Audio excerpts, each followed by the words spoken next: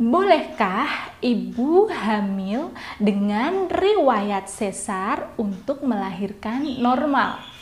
Atau sering disebutnya dengan VBAC. Nah, Bunda pasti tidak asing lagi dengan istilah VBAC, vaginal birth after sesar. Nah, untuk itu Bunda, buat bunda-bunda semuanya yang mungkin riwayat kehamilan sebelumnya itu adalah sesar. Nah, untuk yang hamil anak selanjutnya ingin normal, bisa apa tidak sih?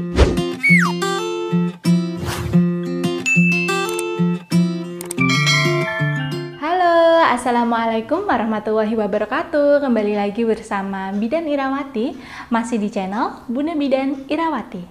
Apa kabar bunda-bunda semuanya? Semoga sehat dan lancar selalu ya. Jangan lupa selalu tersenyum dan semangat. Nah bunda, sebenarnya VBAC ini bisa saja dilakukan oleh bunda-bunda semuanya dengan riwayat sesar di kehamilan sebelumnya. Itu yang terpenting harus memenuhi beberapa syarat untuk VBAC ini.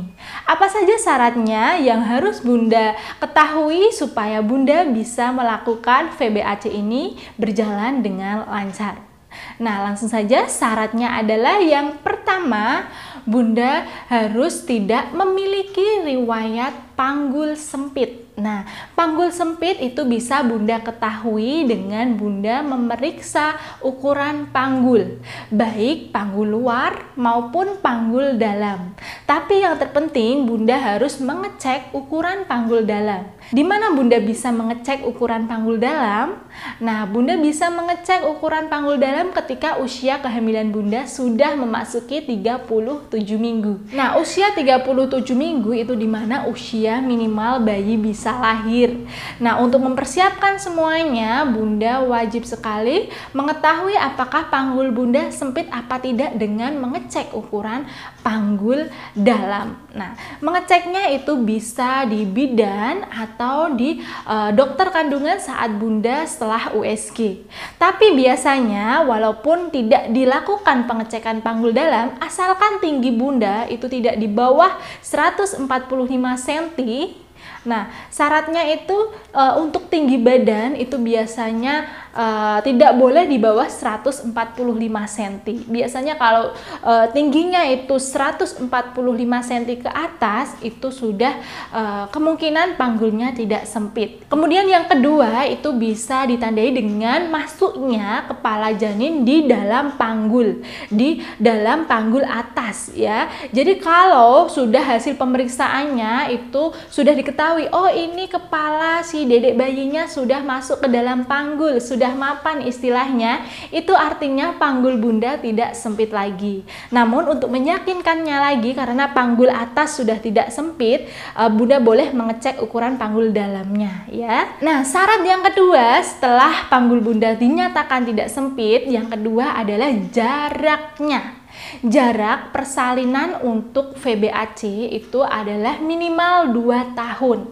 Kenapa kok harus minimal 2 tahun?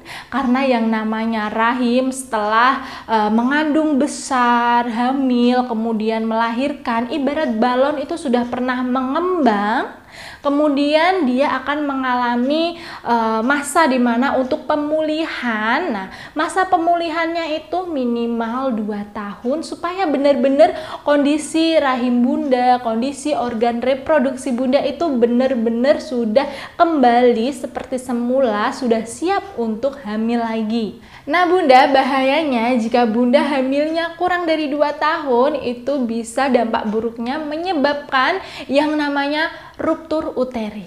Nah, ruptur uteri itu suatu kejadian di mana rahim bunda di luka bekas sesar yang dulu itu bisa mengalami robekan kembali ya. Bayangkan luka sesar yang lama itu akan terjadi robekan jika usia kehamilan bunda itu kurang dari 2 tahun. Penyebabnya apa? Kembali lagi karena kondisi rahimnya itu pemulihannya belum terbentuk secara sempurna. Istilahnya masih muda dia lukanya ya. Dan juga kondisi rahimnya karena ibarat balon yang mengembang itu sudah tipis. Jadi untuk menghindari itu semua, sebaiknya Bunda harus menjarai usia kehamilan Bunda benar-benar jaraknya jarak 2 tahun minimal. Tapi seandainya memang jika kurang dari 2 tahun, asalkan hasilnya semuanya itu baik-baik saja dan kondisi jahitan Bunda juga tidak ada keluhan sama sekali selama hamil, tidak sakit, tidak nyeri pada bagian luka jahitan yang lama, dan kemudian dari hasil USG semuanya normal, itu Bunda bisa mengikuti saran dokternya untuk tindakan VBAC-nya. Nah Bunda, syarat yang ketiga adalah Bunda bisa melakukan VBAC ini itu hanya dengan dokter kandungan. Kenapa VBAC ini harus dilakukan oleh dokter kandungan? Karena melahirkan dengan riwayat sesar dan Bunda ingin melahirkan normal itu adalah wewenang dari dokter kandungan. Jadi Bunda mulai sekarang kalau memang ingin melahirkan normal dengan riwayat sesar, Bunda harus mencari dokter kandungan yang benar-benar bisa nantinya menolong Bunda untuk persalinan normal walaupun sebelumnya Bunda pernah melahirkan sesar.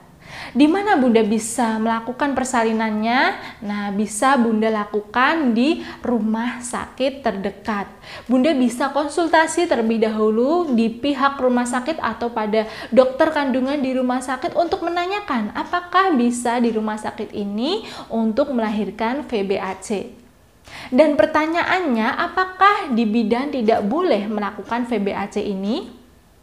Kembali lagi Bunda, untuk menghindari hal-hal yang tidak kita inginkan, karena riwayat sesar itu adalah suatu kondisi resiko tinggi di mana jika melahirkan normal dengan riwayat sesar seperti yang sudah Bidan Irawati jelaskan tadi, bisa dampak buruknya menyebabkan ruptur uteri, yaitu terbukanya kembali luka jahitan lama atau robeknya kembali luka jahitan lama, dan bisa menyebabkan perdarahan hebat pada Bunda dan bisa membahayakan nyawa Bunda dan juga nyawa dedek bayinya. Karena VBAC ini memang bukan kewenangan kami sebagai bidan untuk menolong, jadi Bunda-Bunda semuanya harap maklum supaya tidak kembali lagi menanyakan kepada klinik bidan untuk bisa melahirkan dengan riwayat sesar ya. Karena bukan kewenangan kami sebagai tenaga bidan untuk menolong, jika kita menolong pun itu termasuk pelanggaran ya.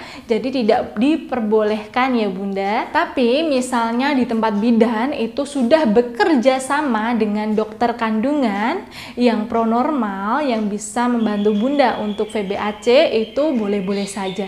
Asalkan ada penanggung jawabnya dokter kandungannya di klinik bidan Bunda tempat bersalin nanti.